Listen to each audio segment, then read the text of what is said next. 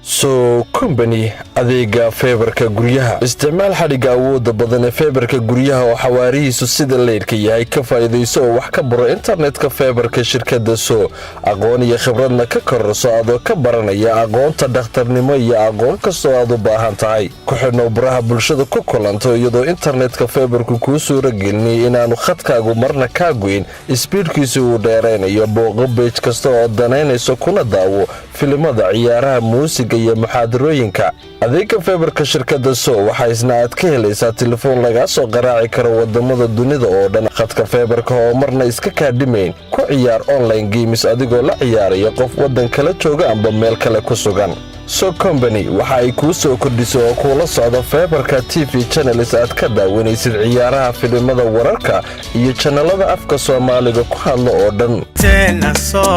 isgaarsiinteena soo